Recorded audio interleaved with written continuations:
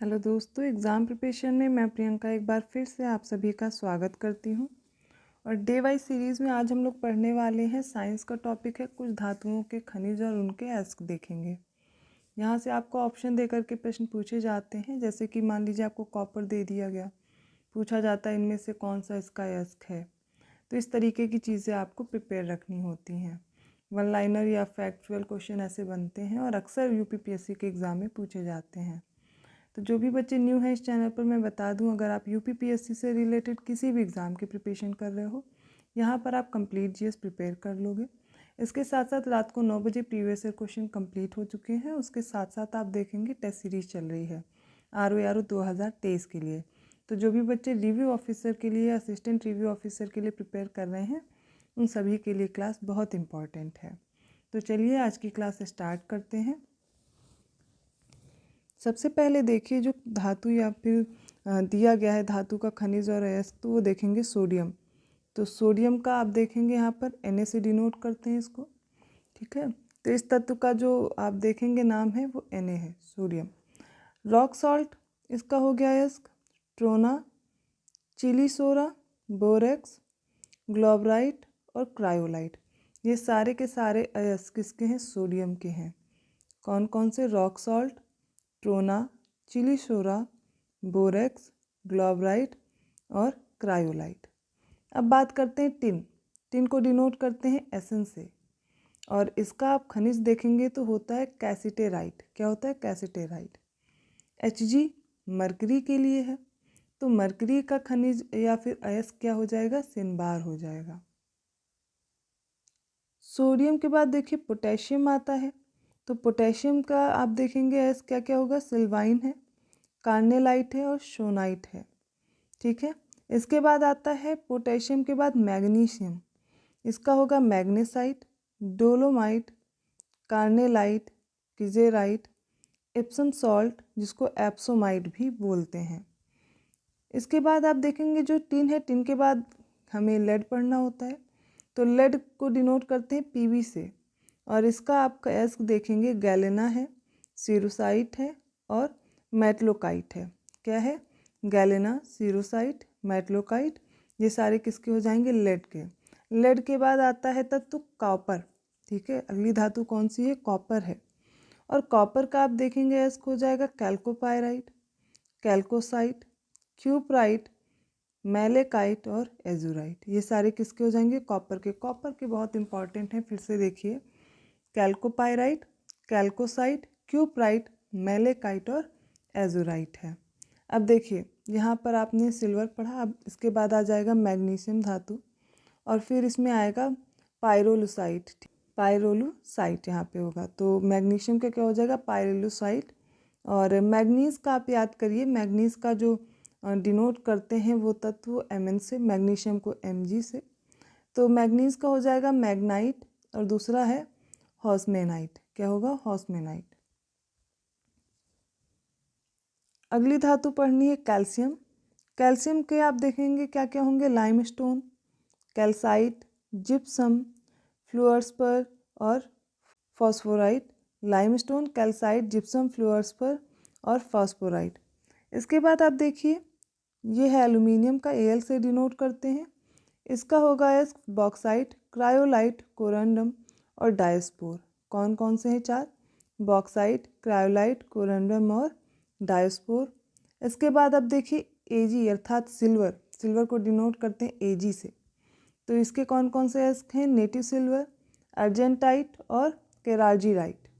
कौन सा? Native silver, argentite और केरार्जीराइट। जिंक का देखिए, जिंक को Zn से डिनोट करते हैं। इसका ये पूछा गया प्रश्न है जिंक ब्लेंड, ठीक है, ये इसका अयस्क है। इसके साथ साथ देखेंगे फ्रैंकलिनाइट, ये होगा कैलेमाइन है और जिंकाइट है। ये सारे किसके अयस्क हैं? जिंक के हैं। आयरन के देखिए मोस्ट इम्पॉर्टेंट, इसका है मैग्नेटाइट, आयरन को Fe से डिनोट करते हैं। हेमेटाइट, लाइमोनाइट, सिडेराइट और आयरन पायराइट। मैग्नेटाइट, हेमेटाइट, लाइमोनाइट और उसके साथ साथ सिडेराइट और आयरन पायराइट है। अब देखिए जो एल्यूमिनियम धातु है, इससे कुछ मिश्र धातु बनाई जाती हैं, ठीक है। अब इन मिश्र धातुओं का कॉम्पोजिशन पूछा जाता है, संगठन पूछा जाता है। इसके साथ साथ देखेंगे इनका उपयोग किस में होता है, ये भी पूछ लिया जाता है। तो इसको प्रिपेयर करिए। सबसे पहले बात करते हैं एल्यूमिनियम ब्रॉन्ज की। तो इसमें एल्यूमिनियम 10% होता है, नाम एल्यूमिनियम ब्रॉन्ज है, लेकिन इसमें कॉपर का परसेंटेज कितना है, 90% है। इसका उपयोग किस में होगा, बर्तन और सिक्का आदि के निर्माण में होता है। अब मैग्नीशियम की बात करते हैं। तो इसमें मैग्नीज 2%, एल्यूमिनियम कितना होगा 95 to 96%। बाकी पोर्शन किसका होगा, कॉपर और आयरन का 2 to 3% होगा कॉपर और आयरन। किस में यूज़ होगा ये, वायुयान निर्माण में। फिर है निकेल ऑय। निकेल ऑय में क्या होगा, निकेल, कॉपर और एल्यूमिनियम होता है। एल्यूमिनियम का परसेंटेज 95% है, कॉपर 4% है, निकेल 1% होगा। ये भी किस में यूज़ होगा, वायुयान के निर्माण में। फिर है ड्यूरेल्यूमिन। इसमें कॉपर, मैग्नीज, मैग्नीशियम और एल्यूमिनियम है। एल्यूमिनियम का कॉम्पोजिशन 95%, उसके साथ साथ मैग्नीशियम कितना होगा 0.5, मैग्नीज भी 0.5% और कॉपर 4%। प्रेशर कुकर, वायुयान आदि के निर्माण में इस ड्यूरेल्यूमिन का प्रयोग होता है।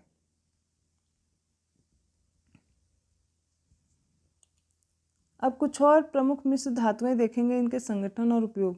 इसमें कुछ इंपॉर्टेंट है जिनका कॉम्पोजिशन भी पूछा जाता है, अदरवाइज इनके जो उपयोग हैं वो बहुत पूछे जाते हैं। पीतल, कांसा, इसका आपको याद रखना है, ठीक है। गन मेटल वगैरह आगे, ये दो तो बहुत ही इंपॉर्टेंट हैं। पीतल का कॉम्पोजिशन याद रखिए, कॉपर 70% और जिंक कितना है 30%। 70-30 का रेशियो है। कॉपर और जिंक मिलकर के पीतल बनाते हैं। ये किस में प्रयोग होगा, तार, मशीन के पुर्जे, बर्तन के रूप में प्रत्यक्ष प्रयोग। फिर कांसा आप देखें, कॉपर और टिन होता है। कांसा क्या क्या होगा, कॉपर और टिन। कॉपर 88% और टिन कितना है 12%। प्रयोग किस में होगा, बर्तन और मूर्तियाँ बनाने में। अब बात करते हैं आर्टिफिशियल गोल्ड या फिर कृत्रिम सोना। कॉपर और एल्यूमिनियम से मिलकर के बनेगा, 90% कॉपर और बाकी 10% एल्यूमिनियम, आभूषण तथा मूर्तियाँ बनाने में। अब देखिए मुद्रा धातु। अब देखिए इनके जिनके कॉम्पोजिशन इंपॉर्टेंट है मैं उनके बोलती जाऊंगी, बाकी आपको दिए हैं वो लर्न करने। इनके उपयोग आपको मैं बता रही हूँ क्योंकि प्रश्न यहीं से ज़्यादा पूछे जाएंगे। तो मुद्रा धातु, इसका प्रयोग किस में होगा, मुद्रा बनाने में। इसका कॉम्पोजिशन आप देखिए, गन मेटल का प्रयोग तो बंदूक और मशीनों के पुर्जे बनाने में होगा। बेल मेटल, घंटी या फिर घंटा बनाने में। फिर है कॉन्स्टेंटन, ये तार के रूप में यूज़ होता है। मुंज मेटल है, ये सिक्का बनाने में और नाव में उपयोगी है। रोज मेटल, स्वचालित फ्यूज़ बनाने में। टाइप मेटल, ये छापने वाली खानों के निर्माण में प्रयोग होता है। वुड मेटल याद रखिए, डायफ्राम बनाने में।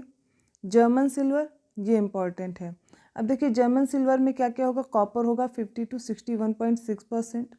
इसके साथ साथ जिंक होगा 19 to 17.2% और निकेल रहता है 30 to 21.1%। ये रेशियो रहेगा इसमें। जर्मन सिल्वर याद रखिए। इसमें इसका उपयोग होगा बर्तन और मूर्तियाँ बनाने में। डच मेटल, ये मशीनों के पुर्जे बनाने में, जस्ता आधारित आभूषण बनाने में। मैग्नीशियम याद रखिए, एल्यूमिनियम और मैग्नीशियम का कॉम्पोजिशन रहता है वायुयान या फिर जहाज बनाने में। अभी हम लोगों ने पढ़ा ड्यूरेल्यूमिन, ये होगा वायुयान और प्रेशर कुकर बनाने में। एल्यूमिनियम ब्रॉन्ज भी हम लोगों ने पढ़ा, ये बर्तन, मुद्राएं, आभूषण और पेंट बनाने में। फॉस्फर ब्रॉन्ज आप लोग याद रखिए, इसमें क्या होगा, फॉस्फर ऐड हो जाएगा कॉपर और टिन के साथ, तो वायुयान के संचार यंत्र बनाने में। नाइक्रोम इम्पॉर्टेंट है, ज़रा इसको याद कीजिएगा, इसका यूज़ बहुत बार पूछा गया है। ये विद्युत तापन अवयव बनाने में होता है, ठीक है। तो इसमें आप कॉम्पोजिशन बहुत कम पूछा गया, फिर भी देख लीजिए। निकेल होगा, आयरन होगा, क्रोमियम होगा, ठीक है, कार्बन है, मैग्नीज है और सिलिकॉन ऑक्साइड है। तो ये सब मिल करके नाइक्रोम बनाएंगे। कॉम्पोजिशन तो आप देख लीजिए, लेकिन इसका जो यूज़ है वो बहुत बार पूछा गया है। तो विद्युत तापन अवयव बनाने में टंगस्टन स्टील भी बहुत इंपॉर्टेंट है। इसमें क्या होगा, देखिए ये शल्य चिकित्सा के उपकरण और बर्तन और मूर्तियाँ आदि बनाने में प्रयोग होता है। इसके बाद देखिए क्रोम वेनेडियम स्टील, ये धुरियाँ, सॉफ्ट फ्रेम, एक्सेल बनाने में प्रयोग होता है। सोल्डर, ये क्या होगा, लेड और टिन से मिलकर के सोल्डर बनता है। वैद्युत उपयोग में इसका प्रयोग होता है। पीवी इसमें लेड 68% होगा, टिन 32%।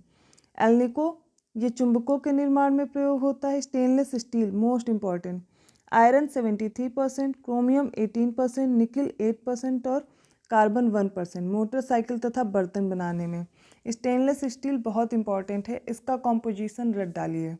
आयरन, क्रोमियम, निकल और कार्बन। आयरन 73%, क्रोमियम 18%, निकल 8% और कार्बन 1%। इसके साथ साथ अब देखिए मैग्नीज स्टील है, ये तिजोरियों में, रेल की पटरियों में लगे गर्डर, कूटने और पीसने की मशीनों में इनमें प्रयोग होते हैं। क्रोमियम स्टील याद रखिए, ये काटने वाले औजार, मशीन, बंदूक की गोलियों आदि में प्रयोग होते हैं। इसमें क्रोमियम होगा, कार्बन होगा और आयरन होगा। अब निकल स्टील है, इसमें निकल हो जाएगा। ये बिजली के तार, प्रोपेलर, सॉफ्ट, कवच आदि बनाने में प्रयोग होते हैं। मोनल मेटल है, ये मूर्तियाँ बनाने में, क्षार प्रतिरोधी कंटेनर बनाने में प्रयोग होते हैं। डेल्टा मेटल, ये बेरिंग, कपाट तथा पानी के जहाज के प्रोपेलर बनाने में भी प्रयोग इनका किया जाता है। तो ये बात हो गई विभिन्न प्रकार की धातुएं और उनके उपयोग के बारे में। अब उसके साथ साथ जो हम लोग मिश्रण देख रहे थे या मिश्र धातुएं, वो होती क्या है एग्जैक्टली वो समझेंगे। इनको हम लोग एलॉय बोलते हैं। दो या अधिक धातुओं या फिर एक या अधिक धातु और एक अधातु के समांगी मिश्रण को मिश्र धातु बोलते हैं। यदि मिश्र धातु का एक अवयव पारा हो जाए तो वैसा मिश्र धातु क्या कहलाएगा? अमलगम। अमलगम का कॉम्पोजिशन जिस तरह का ये फैक्ट दिया गया, पूछा जाता है कि कौन सा एक अवयव हो जिसकी वजह से अमलगम बनेगा, तो याद रखिए वो क्या हो जाएगा? मरकरी या फिर पारा। प्रत्येक मिश्र धातु में कुछ निश्चित उपयोगी गुण होते हैं। ये गुण मिश्र धातु बनाने वाले अवयवी तत्वों के मूल गुणों से भिन्न होते हैं। अवयवी तत्वों के अनुपात को कम या अधिक करके इन गुणों में परिवर्तन किया जा सकता है। मिश्र धातुओं में निम्नलिखित क्या क्या विशेषताएं होती हैं, ये देख लीजिए। ये जो होती है मिश्र धातुएं अपनी अवयवी धातुओं से प्रायः अधिक कठोर होती हैं और मिश्र धातु अपने अवयवी धातुओं की अपेक्षा अधिक संक्षारण रोधी होती हैं। इनके गलनांक शुद्ध अवयवी धातुओं की तुलना में प्रायः कम होते हैं। इस्पात एक ऐसी मिश्र धातु है जिसमें एक बहुत बड़ा अनुपात लोहे का होता है तथा अल्प परिमाण में कार्बन या फिर अन्य तत्व होते हैं। तो ये बात हो गई मिश्र धातु के बारे में। तो इनसे रिलेटेड जो भी इम्पोर्टेंट फैक्ट है मैंने आपको बताने की कोशिश की। आई होप आपको वीडियो अच्छा लगा होगा। अगर वीडियो अच्छा लगा तो प्लीज़ लाइक कीजिए और लोगों को शेयर भी करते रहिए। और इस चैनल पर लगातार आप देख रहे हैं आर के लिए जो टेस्ट सीरीज़ आ रही है उसको फॉलो करिए। प्रीवियस ईयर क्वेश्चन जिनके कंप्लीट हो गए हैं वो रिवाइज़ भी कीजिए। और जो डे वाइज सीरीज़ आपने देखा है रेगुलर चल रही है उसको भी रिवाइज़ करते रहिए। तो वो फैक्ट्स जो आपके दिमाग से धीरे धीरे भूल जाते हैं रिवाइज़ ना करने की वजह से, वो फिर से याद हो जाएंगे और एग्ज़ाम टाइम में आपके लिए बहुत हेल्पफुल रहने वाले हैं। अगर आपको ये क्लास हेल्पफुल लगी तो प्लीज़ और लोगों को शेयर कीजिए। अगर वीडियो अच्छा लगा तो लाइक कीजिए और चैनल को सब्सक्राइब करना मत भूलिएगा। ऐसे और वीडियोस के नोटिफिकेशन के लिए बेल आइकन प्रेस करना है तो अदर वीडियोस के नोटिफिकेशन आसानी से मिल जाएंगे। ऐसे ही और इम्पॉर्टेंट टॉपिक के साथ मिलती हूँ नेक्स्ट क्लास में। तब तक के लिए धन्यवाद।